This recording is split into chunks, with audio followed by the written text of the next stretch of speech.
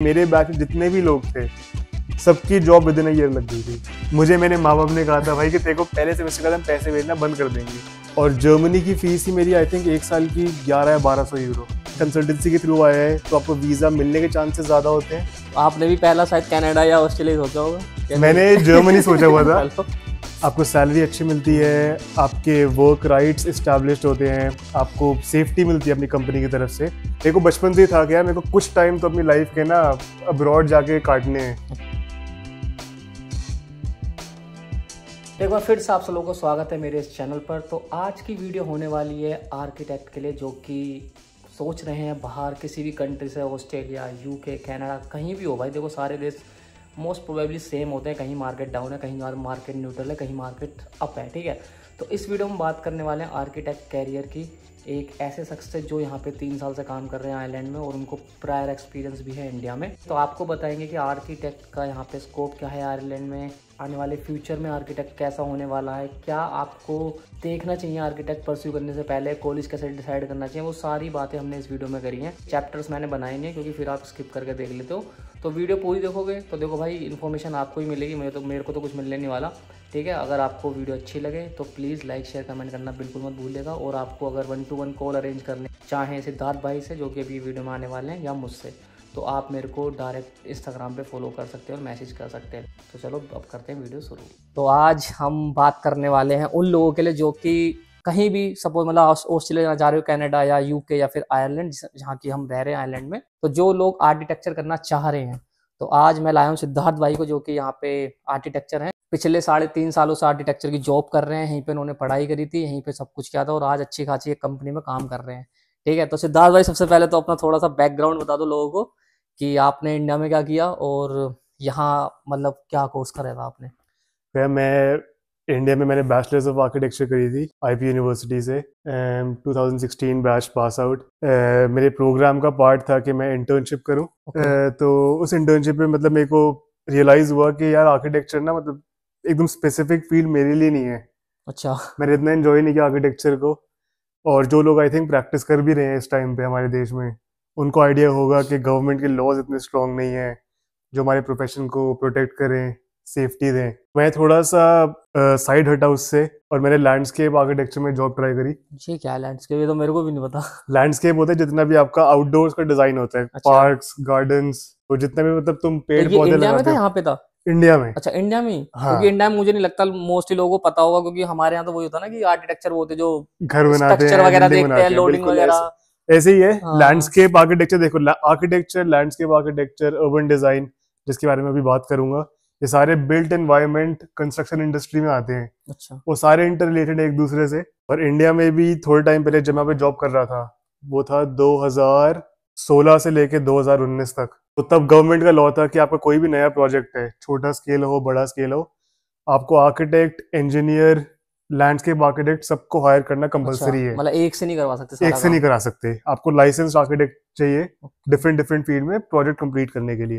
मेरे को भी था, जैसे मैं भी बचपन से मतलब मुझे बहुत बाहर घूमने का शौक रहा है और पार्क्स वगैरह में टाइम स्पेंड करने का। अब अच्छा तो दिल्ली में तो हमारे थोड़ी सी हवा खराब हो गई है। बहुत ज्यादा। बट बचपन में रहता था कि भाई बाहर जाओ, टाइम बाहर स्पेंड करो।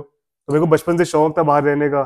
और लैंडस्केप का जॉब भी ऐसा है कि आपको साइड पे रहना पड़ता है, आप ग्रीनरी के बीच में रहते हो, हरियाली रहती तो है। मतलब इंडिया से ही सोच लेता कि यहाँ बाहर आना है क्या? मतलब कुछ ऐसी कंडीशन हो गई थी पे, मतलब सैलरी वगैरह अच्छी नहीं थी ना में, मतलब कुछ ऐसा? सारे फैक्टर्स थे। मेरे को बचपन से ही था कि यार मेरे को कुछ टाइम तो अपनी लाइफ के ना अब्रॉड जाके काटने हैं। अच्छा। चाहे पढ़ाई करनी पड़े, चाहे नौकरी करनी पड़े, बट बाहर जाके रहना है। मेरे को ना वो एक कुएं का मेंढक नहीं रहना था हाँ। कि जिसने जिंदगी ना देखी हो, आसपास बाहर का में कुछ पता नहीं है। बचपन से मेरे को था शौक कि मैं बाहर जाऊं। बट ये मेरे ख्याल से मतलब ये हो गया, और थोड़े बहुत इंजीनियरिंग के कोर्स हो गए, सिविल हो गया, मैकेनिकल हो गए, थोड़े अंडरडॉग टाइप के कोर्स है मतलब। हाँ। तो मतलब इतना कैसे रिसर्च करी थी कि हाँ भाई ये भी यहाँ के जॉब लग सकती है मेरे को? कोई रिस्क फैक्टर बहुत ज्यादा था? देखो रिस्क फैक्टर आज के टाइम पे इकोनॉमी इतनी फ्रेजाइल है, हर फील्ड में थोड़ा बहुत रहता ही है। जब मैं अपनी बैचलर्स की डिग्री की पढ़ाई कर रहा था, तब मेरे इंटरेक्शन हुआ, मैंने नेटवर्किंग की, तो मेरे को समझ में आया कि हर इतना रिस्क फैक्टर नहीं है। अच्छा। सबसे पहली बात। और दूसरी बात, आपका वर्क लाइफ बैलेंस इंडिया के कंपैरिजन में बहुत अच्छा है। वो तो बहुत। आपको सैलरी अच्छी मिलती है, आपके वर्क राइट्स इस्टेब्लिश्ड होते हैं, आपको सेफ्टी मिलती है अपनी कंपनी की तरफ से, तो कंडीशंस बेटर थे। और मेरे को जो मेरी फील्ड है उसका काम बहुत पसंद है। डिजाइनिंग होती है, थोड़ा बहुत साइंटिफिक है, मैथमेटिकल भी है, तो हर चीज़ का ना कॉम्बिनेशन था जो मैं बहुत एंजॉय करता हूँ। तो मुझे था कि थोड़ा टाइम बाहर रह के देखते हैं कि पढ़ाई के बेसिस से निकलें या फिर जॉब के बेसिस से तो कैसा रहता है। तो मैं पढ़ाई के लिए आया था, रिसर्च की मैंने और 4-5 कंट्रीज में, but at the end of the day सबसे सूटेबल आयरलैंड लगा। किस भी हाफ पे, मतलब मोस्टली लोगों के लिए होता फीस और क्या नाम है कि आपका वर्क राइट। यूरोप वगैरह घूमने को मिलेगा, वो सब सबके मन हाँ, में रहती सबके है। मन में रहता है, तो बिल्कुल। आपका क्या था मतलब? भैया देखो, मेरा ये था कि बहुत सारे, मैं कहूँगा कि मेजोरिटी ऑफ आवर कंट्री जो स्टूडेंट्स बाहर आते हैं यूजुअली मिडिल क्लास फैमिली से होते हैं। तो उनका प्राइमरी फैक्टर होता है कि फीस कितनी है और वो कितनी जल्दी उसको अर्न बैक कर सकते हैं। हाँ। तो मेरा सबसे पहला क्राइटेरिया था कि फीस कितनी है, मुझे स्कॉलरशिप मिलने की चांसेस कितने हैं, और ग्रेजुएशन के बाद पोस्ट स्टडी वर्क राइट्स होते हैं हर कंट्री के, कि आपकी 1 या 2 या जितनी भी साल की डिग्री है उसके बाद आपको 1, 2, 3 साल वर्क करने का अपॉर्चुनिटी मिलेगा।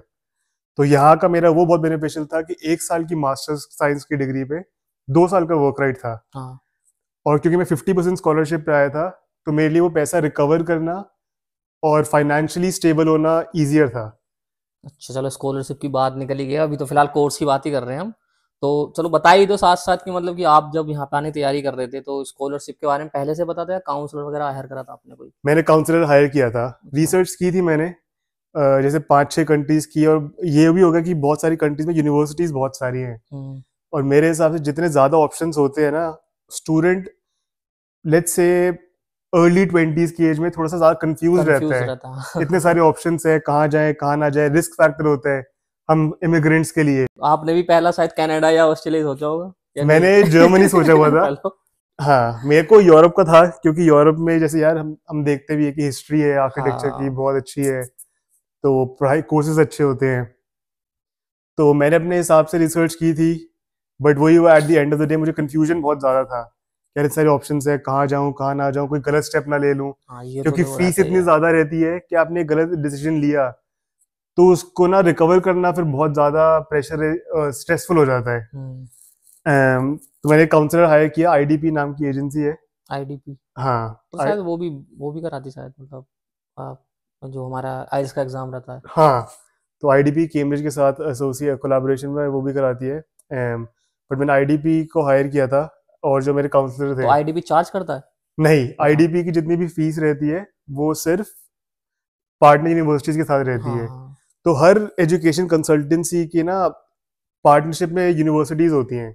अगर आपका एडमिशन उन यूनिवर्सिटीज में होता है तो आपसे कोई फी नहीं चार्ज की वो जाती, कमीशन वो मिलता है। कमीशन उनको यूनिवर्सिटी से मिलता है। बट मान लो कि कोई XYZ यूनिवर्सिटी है जिनके साथ उनका टाई अप या कोलैबोरेशन नहीं है, अगर आप वहां करना चाहते हैं तब वो फीस लेते हैं आपसे, ओके। कि सारा डॉक्यूमेंटेशन एप्लीकेशन वो हैंडल करेंगे, सारी रिसर्च वो करेंगे, बट आपकी फी लगेगी। मतलब लेकिन आपको भी थोड़ा बहुत दिमाग लगाना है, ये नहीं कि उनके बिल्कुल कहने पे चले जाओ कि भाई इस बिल्कुल कॉलेज में बिल्कुल। चले जाओ। जी देखो, बहुत सारे कोर्सेज ऐसे होते हैं जो बहुत स्पेसिफिक होते हैं, ठीक है। जैसे MBA की बात नहीं कर रहा मैं, जैसे डिजिटल एनालिटिक्स हो गया, मार्केटिंग हो गया, बहुत स्पेसिफिक फील्ड के कोर्सेज होते हैं ना, उतनी नॉलेज काउंसलर्स को भी नहीं होती।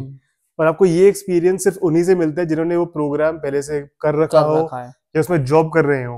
काउंसलर्स को सिर्फ बेसिक नॉलेज होती है कि उस यूनिवर्सिटी की स्पेशलिटी क्या है, वो आपकी एम्प्लॉयमेंट अपॉर्चुनिटीज कितनी बढ़ा सकते हैं, और उनकी फीस कैसी रहेगी। मुझे लगता है काउंसलर का हेल्प सिर्फ इतना है कि वो फाइल लगवाने में थोड़ा आपको बिल्कुल हेल्प कर रहे हैं, बिल्कुल क्योंकि जब बिल्कुल सही बात है। पहली बार आ रहे हो यार, पता होता है कैसे करना है, कैसा हम्म, बीएफएस में आपको अप्लाई करना है, तो वो चीज उसमें रिस्क फैक्टर बचाने के लिए हम काउंसलर हायर करते हैं मतलब। बिल्कुल। और सबसे इम्पोर्टेंट फैक्टर ये होता है कि जब आप किसी काउंसलर के थ्रू अप्लाई करते हैं तो आपको वीजा प्रोसेस में भी आसानी होती है। कैसे? क्योंकि आईडीपी, जैसे फॉर एग्जांपल कोई एजुकेशन कंसल्टेंसी है, उनके टाई अप्स होते हैं वीजा ऑफिसर्स में यूनिवर्सिटीज के साथ। ओके। पार्ट 1 होता है कि वो आपकी एप्लीकेशन यूनिवर्सिटी को भेजते हैं, और यूनिवर्सिटीज में कोटा होता है कि हमने हाँ। इतने % लोग कंसल्टेंसी से लेने हैं, और उनको एप्लीकेशन प्रोसेसिंग में भी प्रायोरिटी मिलती है। ओके, हाँ मिलती होगी ऐसा सोचा जाए तो टेक्निकली। हाँ, क्योंकि हाँ वो हाँ पैसे दे रहे हैं आपको हाँ इस हाँ चीज हाँ के। हाँ। तो उस हिसाब से यूनिवर्सिटीज अपनी एम्बेसी को कांटेक्ट करती है, वो एम्बेसी आपकी कंट्री में किसी भी सिटी में, दिल्ली, मुंबई, अहमदाबाद, कहीं पे भी आप तो वहां पे टाइप रहता है, जैसे VFS ऑफिस है, और मुझे VFS के ऑफिसर नहीं बताया था जब मैं वीजा लगवाने गया था कि जब एजुकेशन एप्लीकेशंस आती है ना, तो उनके पास कोड्स होते हैं, कैटेगरीज होती हैं कि क्या कहते हैं, यूनिवर्सिटी का ये एजुकेशन कंसल्टेंसी के थ्रू है। उसमें शायद भरवाते मतलब लिखवाते भी हैं कौन सा कंसल्टेंस, हाँ हाँ जी, नाम भी लिखवाते हैं उसमें तो VFS थोड़ा फॉर्म बहुत में। आपको इसका बेनिफिट होता है कि कंसल्टेंसी के थ्रू आया है तो आपको वीजा मिलने के चांसेस ज्यादा होते हैं और प्रोसेसिंग टाइम भी कम रहता है। ओके, तो ये फिर स्कॉलरशिप के बारे में कैसे पता लगा था कि मतलब कि क्या क्या इसका एलिजिबिलिटी क्राइटेरिया रहता है कि मतलब आपने कितने मार्क्स थे आपके और क्या क्या वो चीज़ रहती है? अगेन मेरे को यहाँ पे मेरी कंसल्टेंसी का बहुत बेनिफिट था। अच्छा। जब मैं अप्लाई कर रहा था, जैसे मैंने यूसीडी यूनिवर्सिटी कॉलेज डबलिन से अपनी मास्टर्स की है, तो मुझे यूसीडी में स्कॉलरशिप का आइडिया नहीं था। ओके। तो मेरे को ट्रिनिटी और यूसीसी है यूनिवर्सिटी कॉलेज कॉर्क, उनका आइडिया था, क्योंकि मैंने सुना था कि क्योंकि जो आयरलैंड की यूनिवर्सिटीज़ हैं, सॉरी डबलिन की यूनिवर्सिटीज़ हैं, जैसे ट्रिनिटी हो गई, यूसीडी हो गई, थोड़े से ऊपर लेवल की है आयरलैंड में, और हाँ, तो इनमें स्कॉलरशिप मिलना डिफिकल्ट रहता है। इनमें भी शायद मेरे ख्याल से क्राइटेरिया रहता है कितने उन मतलब यूरोपियन को इतनी मिलेगी, फिर बाहर के लोगों को हाँ, ऐसा कुछ रहता होगा। बट यहाँ पे वही था, मुझे बेनिफिट ये था कि जो मेरे काउंसलर थे आईडीपी में, उनको बहुत एक्सपीरियंस था, हाँ। तो उन्होंने अपने आप अप्लाई किया था और मुझे पता भी नहीं था कि मेरे को स्कॉलरशिप मिली है। ओके। मेरे को आइडिया था कि स्कॉलरशिप मिलती है यूनिवर्सिटीज में, बट जिस कितनी मिली स्कॉलरशिप थी? मुझे 50%? 50% मुझे ओह स्कॉलरशिप बहुत मिली हुई थी। भाई। तो अगेन मेरे को पता नहीं था, मेरे काउंसलर ने अपने आप ही मेरी मार्कशीट वगैरह देख के उन्होंने मेरे फॉर्म्स फिल किए थे, तो उन्होंने मुझे इन्फॉर्म किया था कि सिद्धार्थ आपका एप्लीके वो ऑफर लेटर आ गया है, एंड आपको 50% स्कॉलरशिप तो भी एक ऑफर ही किया। कॉलेज से आया था कि मतलब दो चार थे मतलब लिस्ट यप, में? जब मैं अप्लाई कर रहा था 2018 में, तो मैंने आयरलैंड, जर्मनी, ऑस्ट्रेलिया, यूएसए और फ्रांस अप्लाई किया था। आई थिंक कुल मिला के 15-16 यूनिवर्सिटीज में अप्लाई किया था, जहाँ मुझे 13 या 14 यूनिवर्सिटीज से ऑफर लेटर आए थे। ओके। बट जैसे मैं बताया कि end of the day Ireland मेरे लिए फाइनेंशियली सबसे ज़्यादा बेनिफिशियल था। फीस के स्ट्रक्चर में फीस भी, के हिसाब से मेरे को लैंग्वेज। स्कॉलरशिप मिली थी, लैंग्वेज इंग्लिश था, और सबसे बड़ा फैक्टर मेरे लिए यहाँ पे आने का यह था कि आयरलैंड यूरोप में एक ऐसी कंट्री है जो कंपैरेटिवली कंस्ट्रक्शन इंडस्ट्री में स्कोप रखती है डेवलपमेंट का। यहाँ पे इतनी ज़्यादा मॉडर्नाइजेशन अभी नहीं हुई है, तो उसमें मेरे को फायदा था कि क्योंकि यहाँ पे स्कोप बहुत ज़्यादा अपॉर्चुनिटी है ग्रो करने की, तो अब यहाँ पे आ सकते हैं, तो तो वो ओवरऑल। ये सब मतलब स्टडी कैसे करी थी कि मतलब कि होप है मतलब रियल एस्टेट बढ़ेगा आगे जाके तो मुझे भी हेल्प होगी ये सब चीजें मतलब? यार, इसका फायदा ऐसे, सॉरी, इन्फॉर्मेशन ऐसे मिलती है कि जब आप यूनिवर्सिटी में हैं और अगर आपका प्लान है कि आपको बाहर जाना है पढ़ाई के लिए, तो आप अपने हिसाब से यूनिवर्सिटीज़ की रिसर्च करना शुरू कर दो, कौन से प्रोग्राम्स अच्छे हैं, कौन से नहीं है, आपका क्या करने का मन है, स्पेसिफिक आपको कोई स्पेसिफिक प्रोग्राम के लिए जाना है या नहीं जाना है। यूनिवर्सिटीज़ होती हैं जो, क्योंकि आज के टाइम पे इंडिया से बहुत सारे स्टूडेंट्स जाते हैं वहाँ पे, तो यूनिवर्सिटीज़ अपने फेयर लगाती हैं एक तरीके इंडिया से। में? हाँ, ओके। मार्केटिंग करती है कि हमारे हमारी यूनिवर्सिटी में आओ, हम आपको मतलब स्कॉलरशिप्स कितने चांसेस होते हैं, ये प्रोग्राम्स होते हैं, आप ये यूनिवर्सिटीज़ के फेयर अटेंड करो, अपनी रिसर्च करो। 2-3 वेबसाइट्स होती है जो यूनिवर्सिटी की रैंकिंग्स देती हैं। वो तो गूगल करने के मिल जाएगा हाँ वो सब। जी, तो आप उसको रिसर्च करेंगे, आपको आइडिया हो जाएगा कि आप जिस प्रोग्राम को पढ़ना चाहते हो उसके लिए कौन सी कंट्री में जाना, कौन सी सिटी में जाना, कौन सी यूनिवर्सिटी में जाना है, आपको आइडिया मिल जाता है, फिर आप उसके ओके। बेसिस पे और रिसर्च कर सकते हो या कंसल्टेंट हायर कर सकते हो। ओके, तो एक बात बताओ, जैसे कि आपने जर्मनी भी चूज करा था, आपने बोला हम्म कि फीस कम थी यहाँ पे आयरलैंड में और जर्मनी में लैंग्वेज बैरियर था, हम्म कितना डिफरेंस था फीस में मतलब उस टाइम? ये देखो, फीस जर्मनी बहुत सस्ता है, एटलीस्ट मेरे प्रोग्राम में, मेरे प्रोफेशन के लिए।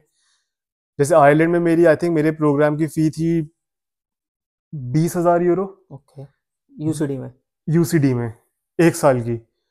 और जर्मनी की फीस ही मेरी आई थिंक एक साल की 11 या 1200 यूरो। इतना डिफरेंस था, सिर्फ और सिर्फ एडमिनिस्ट्रेटिव फी थी। अच्छा, वहाँ तो वैसे भी स्टडी फ्री है। स्टडी फ्री होती ओके। है, और अगेन मतलब जर्मनी की यूनिवर्सिटीज़ की वैल्यू बहुत अच्छी है, बहुत ज़्यादा भी है, बट डिफिकल्टी ये आती है क्योंकि हम स्टूडेंट्स बहुत सारा पैसा खर्च करके आते हैं, लोन्स लेते हैं, तो हमें रहता है कि हम कितनी जल्दी उस चीज़ को रिकवर कर सकते हैं।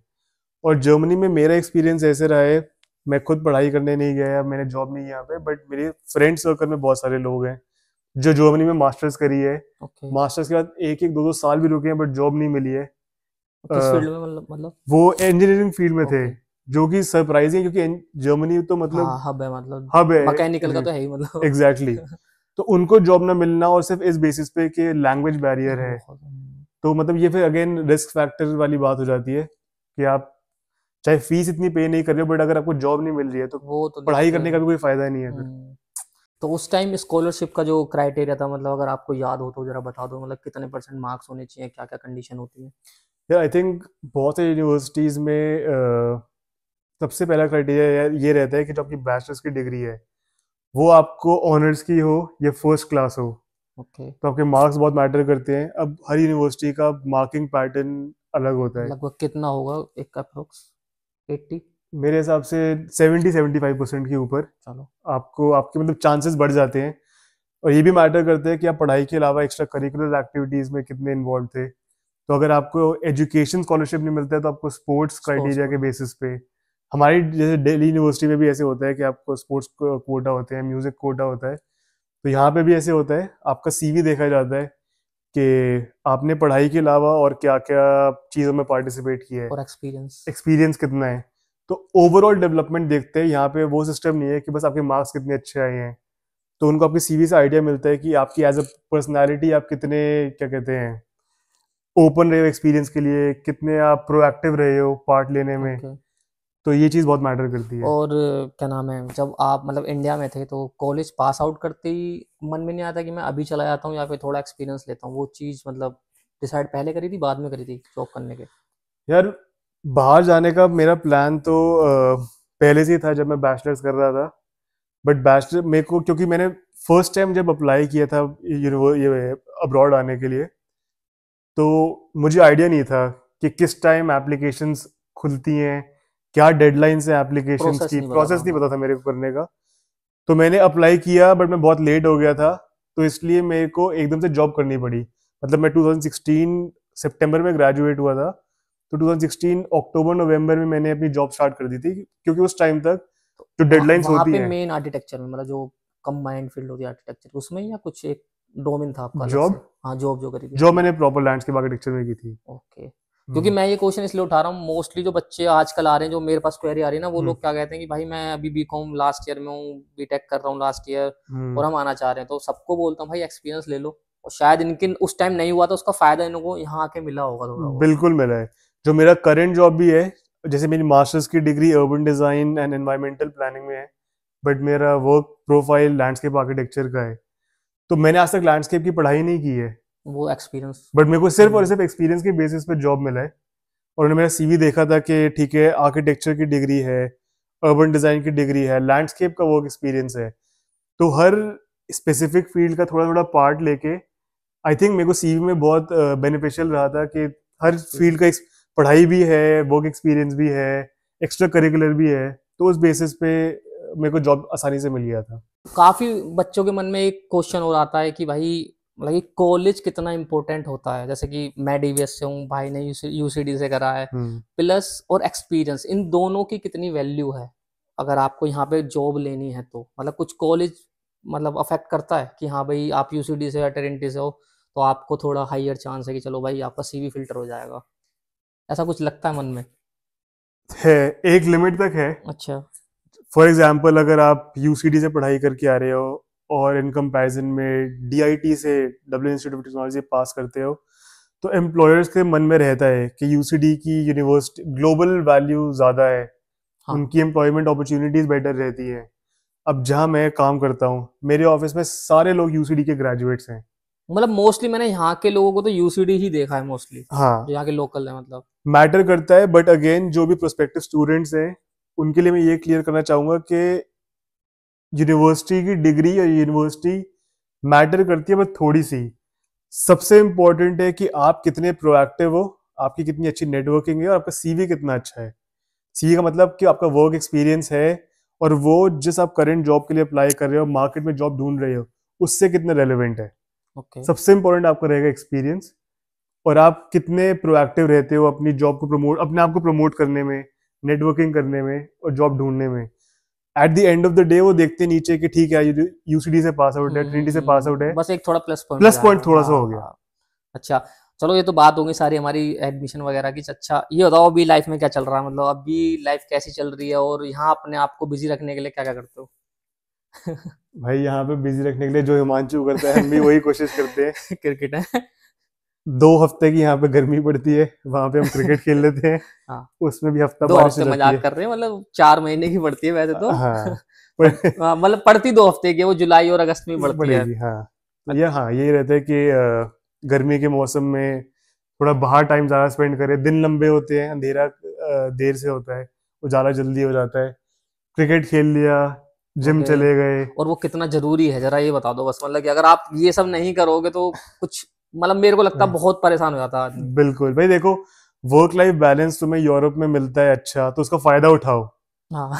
टीवी के आगे नेटफ्लिक्स लगा के मत बैठे रहो, सिर पे हेडफोन लगा के भाई मूवीज मत देखते ओ रहो। भाई, भाई तो अकेले निकल जाते हैं घूमने, भाई पता नहीं कैसे कर लेते हैं। सही है भाई, जब भी इनको देखो ना 1 महीने बाद कहीं ना कहीं अकेले घूम रहे होते हैं, तो ये भी एक अच्छी बात है मेरी नजरों में तो। देखो यार, होना चाहिए, हर एक का अपना अपना शौक होता है, हम्म। पैशन होते हैं, हॉबीज होते हैं। मुझे अकेला घूमना बहुत पसंद है, और आयरलैंड का ये सबसे बड़ा फायदा है कि ये यूरोपियन मेनलैंड के इतनी पास में है, सस्ती फ्लाइट्स के बेसिस पे हाँ।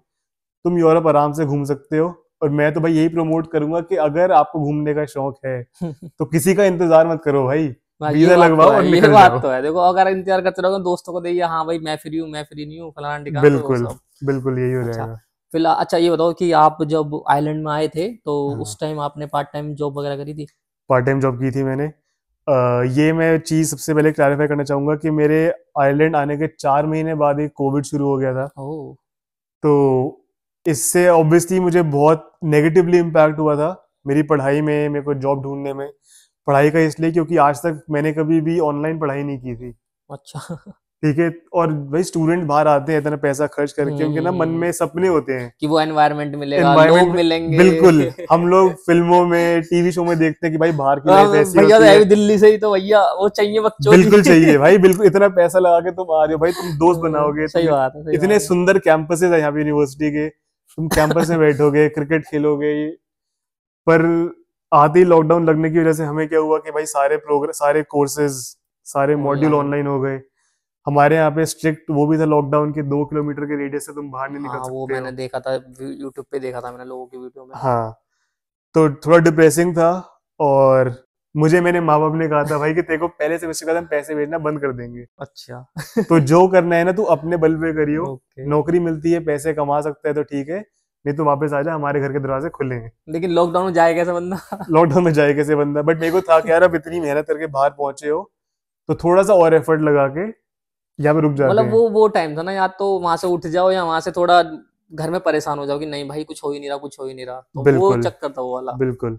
तो मैंने पार्ट टाइम जॉब की थी, टेम्पल बार में एक रेस्टोरेंट था, जिसमें मेरे को किचन में जॉब मिली थी शेफ की। मेन शेफ नहीं था बट मैं असिस्टेंट शेफ था, तो मैंने वहाँ पे आई थिंक 3 से 4 महीने जॉब की थी। बट कोविड का टाइम था तो वो उसको भी बंद हो गए वो होंगे भी फिर। बंद हो गए थे। आयरलैंड का ये बहुत अच्छा फैक्टर था उस टाइम पे कि जितने भी स्टूडेंट्स आए थे, तो आयरलैंड की गवर्नमेंट ने स्टूडेंट को सपोर्ट किया था। वो कितना दिया था उन्होंने? महीने के आई थिंक डिपेंड करता था कि आपने पार्ट टाइम जॉब कितना किया। अगर आप लंबे टाइम से ओ जॉब कर रहे थे तो आपको आई थिंक हफ्ते के 350 यूरो मिलते थे। यार, अच्छी बात है तो। और मेरे जैसे लोग जिन्होंने 6 महीने से कम काम किया था, हमें आई थिंक 220 यूरो मिलते थे हफ्ते के। तो अगर महीने के हमें 880 या 900 यूरो मिल रहे हैं, वो काफी था मेरे लिए, मेरा हम्म। रेंट निकालने के लिए और मेरे को अपना राशन पानी खरीदने के लिए। जो मैंने सुना कि उस टाइम पे ऑस्ट्रेलिया की गवर्नमेंट ने सपोर्ट नहीं किया था, तो ऑस्ट्रेलिया में जो स्टूडेंट्स पढ़ रहे थे कुछ को वापस आना पड़ा क्योंकि वो अपने आप को सपोर्ट नहीं कर पा रहे थे। तो इस चीज़ का फायदा था। पार्ट टाइम जॉब मिलना भी आसान है, अगर आप अगेन कॉन्टैक्ट्स हैं आपके, आप लोगों से बात करो।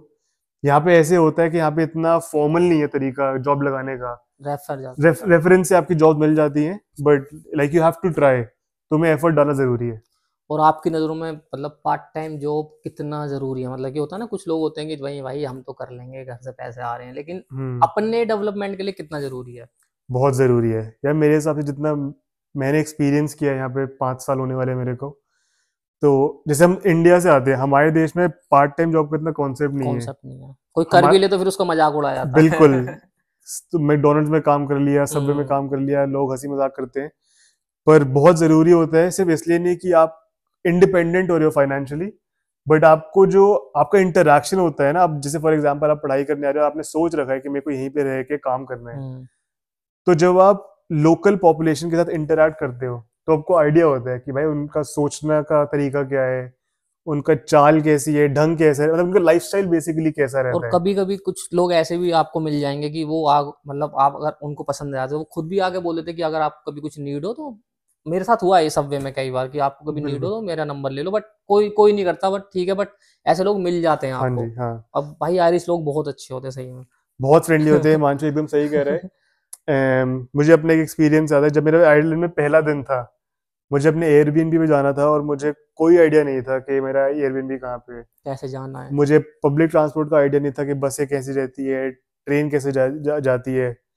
तो मैं पहली बार बस में चढ़ा, तो वहाँ पे एक एजेड मैन थे, होंगे आई थिंक 80-85 ईयर्स के। उन्होंने देखा कि भाई बच्चा घबराया हुआ है, इसको समझ नहीं आ रहा क्या करना है। और ये ना सबके साथ होता है, ये मत सोचना कि भाई वो बंदा ज्यादा मतलब अच्छी वो करता है, इंग्लिश बोल रहा है, अच्छे घर से है तो मतलब वो उसको भाई सबको दिक्कतें आती है, ठीक है, आप हाँ जी, अकेले नहीं हो, चाहे आप कितने भी कहीं से भी आ रहे हो इंडिया के कोई से पार्ट से, तो ये दिक्कत सबके साथ आती है, तो ये बिल्कुल अपने मन में मत बिठाना कि ये बात। बिल्कुल। यहाँ पे ये बहुत अच्छा पॉइंट रहेगा कि मतलब आयरिश जो पॉपुलेशन है बहुत फ्रेंडली है, और आपको एटलीस्ट एक लिमिट तक आपकी पूरी हेल्प करेंगे वो। आपको रास्ता बताना है, आपको रेफरेंसेस चाहिए, आपकी गाड़ी खराब हो गई है, आपको पोस्ट ऑफिस जाना समझ नहीं आ रहा, हाँ। तो ऐसी चीजों में आपकी बहुत आराम से हम हेल्प करेंगे। हम हिचकिचाएंगे लेकिन वो बताने से नहीं हिचकिचाएंगे। बिल्कुल हाँ, मैंने ये बिल्कुल। चीज देखी है। हम थोड़ा सा सेल्फ कॉन्शियस रहते हैं कि हाँ हम शायद हमारा पूछेंगे तो शायद वो उल्टा ना बोल दे। उल्टा ना बोल दे, हमारे बोलने का तरीका कैसा है उनको शायद हम्म। समझना है, बट ऐसा कुछ भी नहीं है। जैसे मैं कहा कि बहुत बड़ा अच्छा फैक्टर है, प्लस पॉइंट यहाँ पे कि लोग फ्रेंडली रहते हैं। और आपको ना वो थोड़ी सी जो इंडियन लोगों को वार्मथ की आदत होती है ना, कि अपनापन वाला थोड़ा सा यहाँ पे है वो। हाँ वो मतलब, लेकिन वो जब है जब आप घुल मिलोगे किसी से, ये हाँ नहीं कि जी, आप घर में पड़े हो तो भाई वो तो फिर कुछ नहीं होगा। बिल्कुल बिल्कुल। तो वो चीज है। अच्छा, कोविड टाइम में मतलब जब कोविड चल रहा था पार्ट टाइम, चलो उस टाइम छूट गई होगी लेकिन गवर्नमेंट हेल्प कर रही थी, हम्म। बट उसके बाद कभी मन में ख्याल आया था अरे यार अब तो जॉब लगेगी नहीं लगेगी, ये सब मतलब ट्रोमा टाइप की, भाई अब तो मार्केट डाउन होने वाली है। अह, यार देखो, थोड़ा बहुत तो रहता है, बट मैं ऐसे सोचूंगा कि मैं डिल्यूजनल था। मतलब मैंने कभी ना नेगेटिवली सोचा ही नहीं कि मेरे को जॉब मिलने में प्रॉब्लम होगी या ये नहीं। प्लस पॉइंट है। इसको तुम अंधविश्वास बोलो या जो हाँ मर्जी हाँ हाँ, बोलो, या एक्सपीरियंस कॉन्फिडेंस कुछ भी बोल लो कुछ भी भाई। बोलो, बट मेरे को था यार कि मैंने पूरी मेहनत लगा के पढ़ाई की है, अच्छे मार्क्स से पास हुआ हूँ, और अपने पे मेरे को कॉन्फिडेंस था कि यार मैं ना कर लूंगा, मुझे नौकरी मिल जाएगी। तो 2020 सितंबर में मेरी ग्रेजुएशन थी जब कोविड चल रहा था, और जनवरी 2021 विद इन 4 मंथ्स मेरी नौकरी लग गई थी। मतलब चलो तो बात बात करेंगे, हाँ बताओ। तो थोड़ा बहुत टाइम लगता है, बट कभी भी ना मतलब नेगेटिवली मत सोचना कि यार क्या होगा कैसे नहीं होगा। टेंशन लेने के लिए ना और देने के लिए बहुत सारे तरीके हैं, बहुत सारे लोग रहते हैं। और आप अकेले नहीं हो, सबके साथ ये सबके साथ कंडीशन ऐसे होती है होता कि है। आप जब मतलब हाफ ऑफ सेमेस्टर हो गए तो आपको यार जॉब नहीं, मतलब अनफॉर्चुनेटली यार अप्लाई कर रहे होगे तो पास आउट होने के हम्म। बाद अनफॉर्चुनेट भाई सबके साथ हो रहा है, आपके साथ अकेले के साथ नहीं हो रहा, बस यहाँ से मत हारो, हर वीडियो में बोलता बिल्कुल हूँ मैं सही में।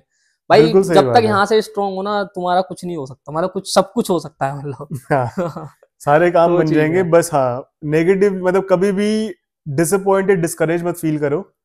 हमेशा आप ये कि at the end of the tunnel light है, कि आप अपना एफर्ट डालते जाओगे ना, सूनर रादर देन लेटर आपको नौकरी मिल जाएगी। और भाई सुनो सबकी, करो अपनी, पहली बात ये बिल्कुल। पॉडकास्ट बनाने के रीजन भी यही है कि भाई आपको ना सबकी जर्नी पता लगेगी, सबकी सेम ही है लगभग, हम्म। किसी की अलग नहीं भाई, हाँ किसी का होता है 1 साल में लग रही है, किसी की 1 महीने में, इनकी 4 महीने में, ठीक है। हम्म। तो भाई सबकी सेम होते हैं यहाँ पे, सबसे बड़ी बात तो ठीक है, ये मत सोचो कि मेरी कुछ ज्यादा ही अलग चल रही है, सबके साथ ये होता है मेरी नजरों में तो। बिल्कुल।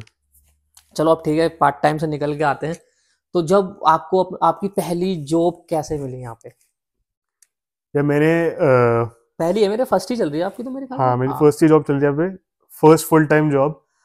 तो जब मैं ग्रेजुएट, मेरी ग्रेजुएशन पास आ रही थी, तो लास्ट सेमेस्टर थीसिस होता है, यूजुअली रिसर्च हम्म। प्रोजेक्ट होता है। तो मेरे साथ में मेरे 2-3 दोस्त और थे, जिन्होंने मुझसे पहले अप्लाई करना शुरू कर दिया था। ये मेरे पास बहुत सारी क्वेरीज आती हैं कि सबसे पहला फैक्टर स्टूडेंट्स के लिए रहता है कि जॉब कब मिलेगी, कैसे मिलेगी, कैसे कितनी मिलेगी? आसान रहती है। तो जो स्टूडेंट्स इस समय सेम मेरे वाला प्रोग्राम कर रहे हैं, मैं उनको थोड़ा सा मेंटोर कर रहा हूँ। उनका क्वेश्चन यही रहता है, फाइनल सेमेस्टर स्टार्ट हुआ है, हम जॉब के लिए कब अप्लाई करें, कब सीवी बनाएं। मेरी सबको एडवाइस यही रहेगी कि आप प्लीज़ अपनी पढ़ाई पे कंसंट्रेट करो। जॉब मिलना इतना डिफिकल्ट नहीं है। अगर आप एक टाइम पे दो बड़े काम करने चाहोगे ना, डिग्री भी कंप्लीट करनी है और नौकरी भी ढूंढनी है, तो ना आप यहाँ के रहोगे ना वहाँ के। फॉर एग्जाम्पल, अगर आपकी ग्रेजुएशन सितंबर या अगस्त में है, तो आप ग्रेजुएशन से 2 हफ्ते पहले, मैक्सिमम 1 महीने पहले जॉब अप्लाई करना शुरू कर दो। तो इससे ये रहेगा कि आपको सेमेस्टर के शुरू में पूरा फोकस डिग्री पे रहेगा, और जब डिग्री खत्म होने वाली होती है तब आप जॉब अप्लाई करना शुरू करें। और अगर आपका सीवी रेडी, आपके पास वर्क एक्सपीरियंस है, तो आपको इतना टाइम ही नहीं लगना चाहिए हाँ ये तो है। अपना पोर्टफोलियो, अपना सीवी प्रोड्यूस करने में।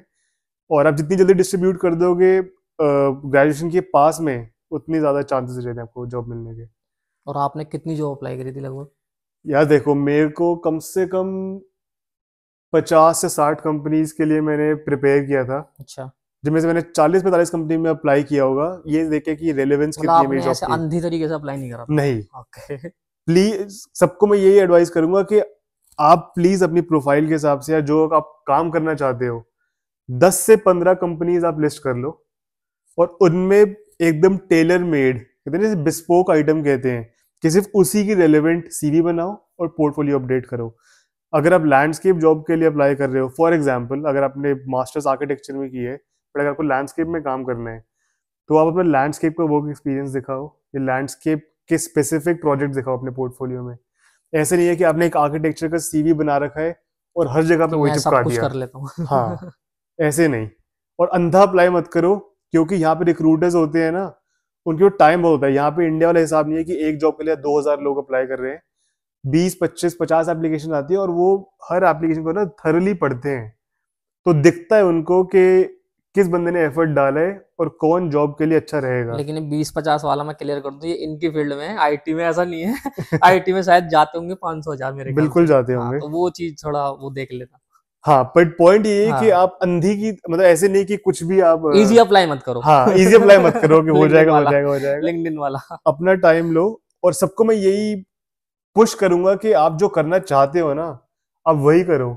क्योंकि यहाँ पे लोग ऐसे रहते हैं कि सैलरी कितनी मिलेगी, कैसे नहीं मिलेगी, अभी जो भी मिल रहा है उठा लेते हैं। ऐसे में क्या होता है कि थोड़े टाइम बाद ना आप फंस जाते हो। बैरियर हो जाता आपका। हाँ, कि आपने ऐसी जॉब पकड़ ली है जहाँ पे आपका मन नहीं लग रहा है, या वर्क एनवायरनमेंट अच्छा नहीं है, सिर्फ सैलरी की बेस पे जॉब उठा लिया है, बट उस जॉब को फायदा नहीं है जहाँ पे आपको काम करने का मन ही ना करे। ओके। अपना टाइम लो और उस कंपनी में जाओ जहाँ पे आपको ओवरऑल बेनिफिट दिख रहा है। सैलरी बढ़ जाती है, सैलरी का यहाँ पे इतना इशू नहीं होगा, 2 साल 3 साल 4 साल, बट थोड़े टाइम में आप रिकवर कर लोगे। अच्छा, सैलरी से चलो बताइए, लोगों को खुश कर दो कि स्ट्रक्चर क्या क्या है, अगर कोई फ्रेशर की ज्वाइनिंग हो रही है और कोई मिडिल लेवल पे, कोई अपर लेवल पे, क्या है आर्किटेक्चर में सैलरी स्लैब?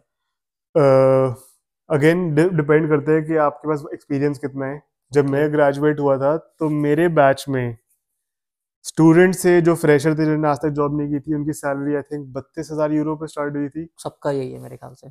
और जिनको एक्सपीरियंस था, उनकी 55 से 60 हजार पे भी शुरू हुई है। कितने साल का एक्सपीरियंस? 3? 3-4 साल का एक्सपीरियंस रहता ओके। है। तो ये है कि अगर बहुत डिफरेंस है, मतलब डायरेक्टली आपकी सैलरी डबल है अगर आपके पास वर्क एक्सपीरियंस है तो, और रेलेवेंट है तो। और कंपनीज पे भी डिपेंड करता है कि किस पोजीशन की वैकेंसी है। अगर आपके पास सॉफ्टवेयर की नॉलेज अच्छी है, तो आपको वहाँ पे एडेड बेनिफिट है। तो जो टेक्नोलॉजिस्ट और टेक्नीशियंस की डिग्री जॉब प्रोफाइल होती है, वो क्रिटिकल स्किल्स में आती है यहाँ पे। ओके, तो ऑटोमेटिकली आपके पास प्लस पॉइंट है कि आपको सैलरी अच्छी मिलेगी और जॉब मतलब अच्छी मिलेगी। आर्किटेक्चर में सारी प्रोफाइल नहीं आती क्रिटिकल में? नहीं, सिर्फ और ओके। सिर्फ टेक्नोलॉजिस्ट की आती है। टेक्नोलॉजी मतलब चलो तो पता ही होगा उन लोगों को, हाँ लेकिन एक बार जी। मेरे लिए बता दो, मुझे भी थोड़ी नॉलेज देखो, रहेगी। आर्किटेक्चर में अब होता क्या है, आप डिजाइनिंग का काम करते हो, आप ओके। कंस्ट्रक्शन का करते हो, हम्म। तो आप बहुत सारे सॉफ्टवेयर यूज करते हो। हाँ, जैसे वो कौन सा होता ऑटो है, कैड होता ऑटोकैड है, वगैरह। ऑटोडेस्क का रेविट होता है, स्टैड होता है, कौन सा होता है कोई? एससीबी तो होता है कोई? स्केचअप, स्केचअप तो पता नहीं, इंडिया में होता था, नाम भूल गया मैं, क्योंकि मैंने भी सिविल इंजीनियरिंग करी है, तो हमने भी उसके एसकैड कह रहे। स्कैड करके ही होता था कुछ, नाम हाँ भूल रहा हूँ मैं हाँ, उसका। बहुत सारे मतलब कंप्यूटर एडेड ड्राइंग हम्म। प्रोग्राम्स होते हैं। तो अगर आपको उनकी नॉलेज अच्छी है, तो यहाँ पे ये रहता है, जैसे हमारी कंट्री में क्या होता है, ड्राफ्ट्समैन कहते हैं उनको, हाँ। जो सिर्फ सॉफ्टवेयर चला के आपकी ड्राइंग बनाते हैं, उनको हम्म। डिजाइन का इनपुट नहीं होता। ऐसे ही यहाँ पे है, टेक्नोलॉजिस्ट होते हैं, बट क्योंकि सॉफ्टवेयर थोड़ा ज्यादा कॉम्प्लिकेटेड है, तो उसकी वो डिग्री लेते हैं। अच्छा। तो आपको उस डेजिग्नेशन की जॉब मिलती है टेक्नोलॉजिस्ट की, जो क्रिटिकल स्किल्स में आता है, अच्छा। तो उसकी सैलरी हायर होती है। और सेकेंडली, अगर आप registered architect, registered landscape architect है, जो आप ऑब्वियसली इंडिया से नहीं हो सकते, क्योंकि आपको यहाँ पे आके एग्जाम देना पड़ता है रजिस्टर करने के आपने लिए। दिया था वो एग्जाम? नहीं, क्योंकि मेरे पास टेक्नोलॉजिस्ट की जॉब है, अच्छा, आप उसमें हो, चलो मैं अच्छा। दूसरी प्रोफाइल में हूँ, तो मैंने रजिस्टर्ड आर्किटेक्ट नहीं हूँ मैं यहाँ पे। तो वो क्रिटिकल स्किल्स में आता है, बट वो फिर डिफरेंट टॉपिक है। जो वो हमारे जो मतलब बिल्डिंग का लोड वगैरह निकालते हैं वो सब वो ही उसमें ही आते हैं, जो आर्किटेक्चर होते हैं जो। बिल्ट इंडस्ट्री में है वो, बट अच्छा आर्किटेक्चर फील्ड में नहीं है। अच्छा। Civil engineer, structural engineer, I think engineering की फील्ड वालों को ज्यादा आइडिया होगा, बट आई थिंक वो क्रिटिकल स्किल्स में होते हैं हाँ वो होते हैं और शायद मेरे ख्याल इम्पोर्टेंट होता है उनका, क्या कहते हैं, रोल बिल्डिंग डिजाइन में। में। ओके, तो ये भी चलो हम्म, एक अच्छी बात पता लग गई हमें भी कि हर प्रोफाइल आर्किटेक्चर में नहीं है। नहीं होती। चलो, और एक बात बताइए मतलब कि जैसे कि जो मतलब आपने अभी मार्केट देखी होगी आर्किटेक्चर में, ठीक है, हम्म, तो आपको क्या लगता है कि बंदे जो रिस्क लेते हैं कि भाई फ्रेशर आ जाता हूँ मैं यहाँ पे, जॉब इजीली मिल जाए क्योंकि ये कोर्स हर कोई नहीं कर रहा, हम्म। ठीक है, तो उतना मतलब आपने कभी कंपटीशन मतलब कंपटीशन के हिसाब से मतलब फ्रेशर्स को यहाँ पे आना चाहिए नहीं आना चाहिए ये कोर्स करने? आई थिंक आना चाहिए, ओके। क्योंकि as compare to different countries, for example आप यूएसए में अप्लाई करोगे, यूके जाते हो, ऑस्ट्रेलिया जाते हो, तो वहाँ पे एजुकेशन सिस्टम थोड़ा सा डिफरेंट है, जॉब मिलने का डिफरेंट रहता है। जैसे अब मेरा एक फ्रेंड यूएसए में पढ़ाई की है, आई थिंक वहाँ पे होता है कि मास्टर्स की ग्रेजुएशन के बाद आपको सिर्फ 2 महीने का टाइम मिलता है जॉब ढूंढने के लिए। यूएसए में? हाँ, ओहो। और यहाँ पे आपके पास 2 साल का टाइम है जॉब ढूंढने, तो ऑब्वियसली जब स्टूडेंट स्ट्रेस नहीं होता कि उसके बाद टाइम लिमिट नहीं है जॉब ढूंढने के लिए, तो ऑब्वियसली वो बेटर परफॉर्म करता है। ओके। और यहाँ पे ये भी है कि आप फ्रेशर आते हैं, सैलरीज ऑब्वियसली वेरी करती है आपके एक्सपीरियंस पे और आपकी प्रोफाइल पे क्या डेजिग्नेशन रहेगा, बट यहाँ पे स्कोप है, पोटेंशियल है जॉब का, और जॉब मिलना आसान नहीं है। मेरे बैच में जितने भी लोग थे, सबकी job with in a year लग गई थी। कंपनी प्रीफर करती है फ्रेशर्स को? हाँ, कंपनी प्रेफर करती है, और यहाँ पे इंटर्नशिप का भी अच्छा सिस्टम है, पेड इंटर्नशिप्स होती हैं, ओके। हमारे देश की ग्रेड तरह भी नहीं होते है। हैं, ग्रेड रोल भी होते होंगे? ग्रेड रोल्स भी होते हैं, कंपनी सपोर्ट भी करती है आपको, और जो बड़ी कंपनीज हैं वो आपको मास्टर्स के लिए भी स्पॉन्सरशिप देती हैं कि आप हम आपकी मास्टर्स की फी पे करेंगे। ओके। अगर आप एक और मास्टर्स करना चाहते हो या आप बैचलर के बाद डायरेक्टली यहाँ पे आ गए हो, तो आपको स्पॉन्सरशिप मिलता है, कॉन्ट्रैक्ट रहता है ऑब्वियसली कि डिग्री के बाद आप हमको हमारे साथ जॉब हाँ करोगे, वो तो रहेगा ही पे पैसा ऑफ लगा रहे करोगे, हैं यार। बिल्कुल। तो जॉब मिलना डिफिकल्ट नहीं है, और डिपेंड बस आपको अपनी सैलरी की एक्सपेक्टेशन रियलिस्टिक रखनी चाहिए यार वो तो करना ही पड़ेगा ना स्टार्टिंग में, अगर तुम सोच रहे हो कि भाई यहाँ पाते ही एकदम 60-70 की लग कि मिल जाए जाए। फ्रेशर्स को, मतलब तो हाँ वो जी। तो देखो नामुमकिन सही है। बिल्कुल। अच्छा एक बात और बताइए कि जैसे कि आप दिल्ली में काम करते थे इसी फील्ड में सेम, हम्म, और यहाँ पे काम करते हो सेम, तो हम्म। क्या क्या डिफरेंसेस हैं मतलब कि मतलब मजा तो वहाँ आता ही नहीं होगा, लेकिन यहाँ और वहाँ में डिफरेंस क्या है काम में मतलब? डिफरेंस काम में ये है कि जैसे मैंने बताया था पहले, वर्क लाइफ बैलेंस का, कि कंपनीज आपका पर्सनल और प्रोफेशनल लाइफ में डिफरेंस रखती है और समझती है हम्म। कि अगर आपके वर्किंग आवर्स 6 PM को खत्म हो रहे हैं, शाम के 6 बजे, तो उसके आपको कोई कांटेक्ट नहीं करेगा काम के लिए। आप अपनी लाइफ एंजॉय करो, यहाँ पे वैल्यू रहती है आपके काम की, आपको इंडिपेंडेंस मिलती है, ओके। रिस्पॉन्सिबिलिटी मिलती है। अब डिफरेंस ये था, जब मैं इंडिया में काम कर रहा था, ऑब्वियसली मेरे पास बैचलर्स की डिग्री थी, मास्टर्स की नहीं थी, तो मेरा जितना भी काम था ना उसके ऊपर एक सुपरविजन रहती थी कि सही से कर रहा है या नहीं कर रहा है, एंड आई थिंक वो अप्रोप्रिएट भी थी क्योंकि मैं नया था। सही बात है। बट यहाँ पे इंडिपेंडेंस है, मुझे ट्रस्ट किया जाता है रिस्पॉन्सिबिलिटीज के साथ कि ठीक है, हमें पता है हमने इसको हायर किया है एंड हम इसको ट्रस्ट कर सकते हैं इंपॉर्टेंट काम के साथ। सैलरीज अच्छी रहती हैं, वर्क एनवायरनमेंट बहुत सपोर्टिव रहता है, और गाली गलौज नहीं होता, सबसे बड़ी बात है ऑफिस में। तो लेकिन इंडिया में तो भाई इस फील्ड में है ही, सिविल और आर्किटेक्चर में, यहाँ तो बिना गाली काम होता ही काम नहीं नहीं होता है, है। हाँ, तो ये कि रिस्पेक्ट है आपकी। अगर आपको एज एन एम्प्लॉय हायर किया, आपके पास सारे रूल्स होते हैं, रेगुलेशंस होते हैं, लॉज होते हैं जो आपको प्रोटेक्ट करते हैं एम्प्लॉयज को, रिस्पेक्ट होती है आपकी, आपके काम को वैल्यू किया जाता है, और आप टीम के इंपॉर्टेंट मेंबर होते हैं। ऐसे नहीं है कि जूनियर है तो इसकी मतलब इसकी कोई हम्म। इंपॉर्टेंस नहीं है ऑफिस में, ऐसा कोई सिस्टम नहीं रहता है। तो इस चीज का बहुत फायदा होता है आपको सोच के कि ठीक है कि एक टीम है जो आपको हम्म। रिस्पेक्ट करती है, प्रेशर नहीं है काम का कुछ। प्रेशर नहीं है काम, ज्यादा प्रेशर नहीं है वो काम का, और पैसा दे रहे हैं तो बैलेंस है हर चीज। इस चीज का चलो बहुत अच्छा बढ़िया है रहता भाई, है। तो जो भी लोग सोच रहे होंगे आर्किटेक्चर करने की, तो भाई भाई से अगर आपको हम्म, बात करनी है, ठीक है, तो मैं आपके टॉप मेट पे शेड्यूल करवा सकता हूँ, ठीक है।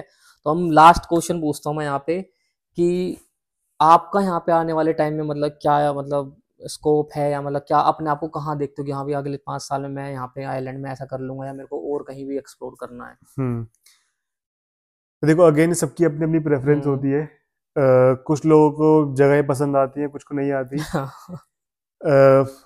और हर कंट्री की तरह आइलैंड के बहुत सारे पॉजिटिव्स हैं और कई नेगेटिव्स भी हैं। तो अगले मतलब 5 साल में मैं यही चाहता हूँ कि मैं अपना रजिस्ट्रेशन एग्जाम दे के रजिस्टर्ड आर्किटेक्ट बन जाऊँ यहाँ पे। तो उसके बाद आप अपना खुद का काम कर सकते हो। अपना काम मैं, हाँ टेक्निकली मैं स्टैम्प 4 पे आने के बाद भी कर सकता हूँ, बट अगर मुझे अपना रजिस्टर्ड ऑफिस खोलना है तो एग्जाम देने का उसके ऑब्वियसली बाद फायदा होता है मेरे को, मैं पास हो जाता हूँ एग्जाम में। हाउसिंग मार्केट का फायदा उठाना है, हाँ वो तो अभी ग्रोइंग है यहाँ पे। ग्रोइंग है, जैसे बताया था कि पोटेंशियल यहाँ पे डेवलपमेंट हो रही है, पॉपुलेशन का इन्फ्लक्स है, पॉपुलेशन बढ़ रहा है, तो गवर्नमेंट पे भी प्रेशर है घर बनाने का, इसलिए हमारी इंडस्ट्री में काम भी बहुत है हम्म। कि डेवलपमेट बहुत ज़्यादा और हो रही यहाँ के है, लोग वैसे भी आउटडोर एक्टिविटी से प्यार करते हैं, तो उनको रेनोवेशन चाहिए ही होता चाहिए है। होता है, बिल्कुल। तो मैं ये मेरा एम यही है कि यहाँ पे थोड़ी सी प्रॉपर्टी बनाई जाए, ओके। पासपोर्ट ले लिया जाए, चलो। क्योंकि अपने इंडियन पासपोर्ट पे प्रॉब्लम्स होती है ट्रैवल करने में, जॉब ये तो है। अपॉर्चुनिटीज़ में। तो अगर आपको यूरोपियन पासपोर्ट है तो आपके लिए बहुत सारी चीज़ें ईजी हो जाती है।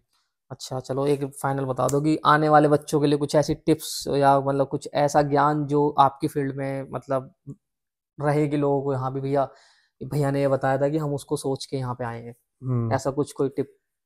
अ, अपनी एक स्पेसिफिक फील्ड चूज कर लो। अब जैसे आर्किटेक्चर में भी बहुत सारे डिपार्टमेंट्स हैं, कंपार्टमेंट्स हैं, कि मुझे 3D विजुअलाइजेशन पसंद है, मुझे डिज़ाइन पसंद है, मुझे किसी पर्टिकुलर सॉफ्टवेयर की क्या कहते हैं नॉलेज नॉलेज है, चाहिए, नॉलेज है। तो एक्सपर्टीज डेवलप करो किसी एक फील्ड में और उसको फॉलो करो, उसके बेसिस पे आप यूनिवर्सिटीज के लिए अप्लाई करो। तो अगर आपके पास उस फील्ड में एक्सपीरियंस है और नॉलेज है, उस चीज़ की बहुत ज़्यादा वैल्यू है। और एक्सपीरियंस मस्ट।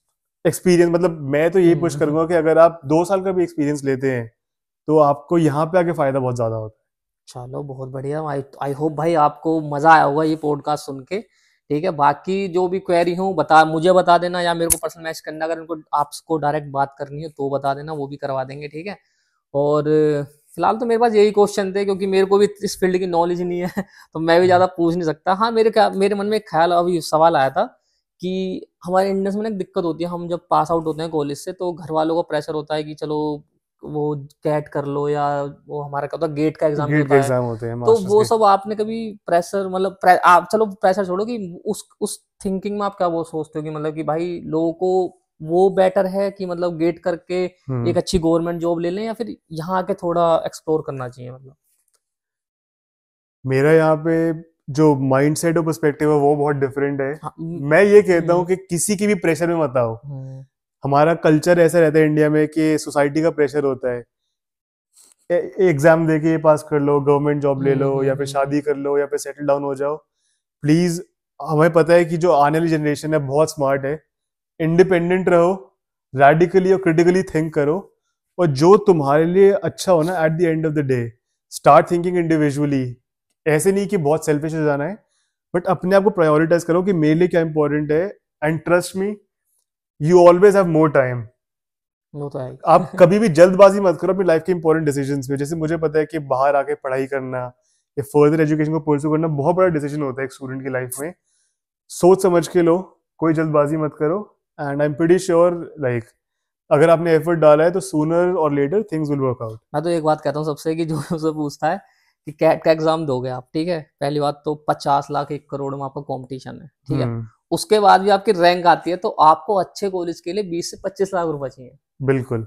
ठीक है, अब भाई 20 लाख में आपको यूसीडी जैसा वर्ल्ड वाइड रिकॉग्नाइज कॉलेज मिल रहा है, तो भाई यहाँ आके क्यों नहीं स्पेंड करते वो पैसा। एकदम सही बात है। और यार ये मैंने ये भी देखा है कि फॉर एग्जांपल जो बिजनेस के प्रोग्राम्स हैं, एमबीए हो गए या फाइनेंस में हो गए, जो फी हमारे इंडिया में आईआईएम्स की है हम्म। वही फी बाहर भी है। अगर आपको सेम पैसा पे करना है, वो भी लोन से करना है, यहाँ भी लोन यहाँ से भी लोन करना से है। करे, तो अब मेरा तो पर्सनल ओपिनियन ये है कि अब बाहर आके पढ़ाई करो, आपको एक्सपोजर ज्यादा मिलेगा, एक्सपीरियंस रहेगा, जॉब यहाँ से भी मिल जाएगी आपको, जॉब वहां से भी मिल जाएगी। बट क्योंकि मेरा पर्सनल ओपिनियन ये रहता है कि यार जितनी आप दुनिया देखोगे ना, हाँ। जितनी मैंने सीख दुनिया देख के ली है, मैं बहुत घूमा फिरा हूँ, उतनी आपको किसी कॉलेज में नहीं मिलेगी, किसी क्लासरूम में नहीं मिलेगी। ये बात तो है। मैं भी यहाँ आके खुला हूँ जितना खुला हूँ, नहीं पहले मैं इंडिया में भाई ऑर्डर तक नहीं कर सकता। लिटरली सही बता रहा हूँ मैं, क्योंकि सबके यहाँ साथ सब कुछ आपको खुद ही करना खुद करना होता होता है। है। सबसे बड़ी बात है कि हाँ, हम देखो, हम इंडियंस में ना बहुत पोटेंशियल होता है भाई, बहुत ज्यादा। क्योंकि हम वैसे ही इतना प्रेशर लेके बड़े होते हैं ना, यहाँ पे आगे चीजें लाइटर होती है ना, तो हमें ऑटोमेटिकली ज्यादा कॉन्फिडेंट हम्म। फील करते हैं। और अगर आप थोड़ा सा भी एफर्ट डालोगे ना कंसिस्टेंटली यहाँ पे, तो आपको उसके बेनिफिट्स बहुत टाइम तक बहुत। मिलेंगे। चलो भाई, ऐसे बातें होती रहेंगी तो खत्म करते हैं पॉडकास्ट यहीं पे, ठीक है। बिल्कुल। आई होप आपको बहुत अच्छी नॉलेज मिली होगी इस पॉडकास्ट से, ठीक है। बाकी मैं दोबारा ही बोलूँगा, कुछ बातें हो, कुछ करना हो आपको, मतलब कुछ कांटेक्ट करना हो तो मेरे को डीएम कर दें। कॉल शेड्यूल करवानी है उसके लिए मेरे को आप टॉप नेट पे बता दें, ठीक है। तो चलो मिलते हैं अगली वीडियो में, तब तक के लिए अपना ख्याल रखिएगा। वीडियो अच्छी लगे लाइक कर देना, अच्छी ना लगे सब्सक्राइब कर देना, ठीक है। चलो ओके जी, थैंक यू।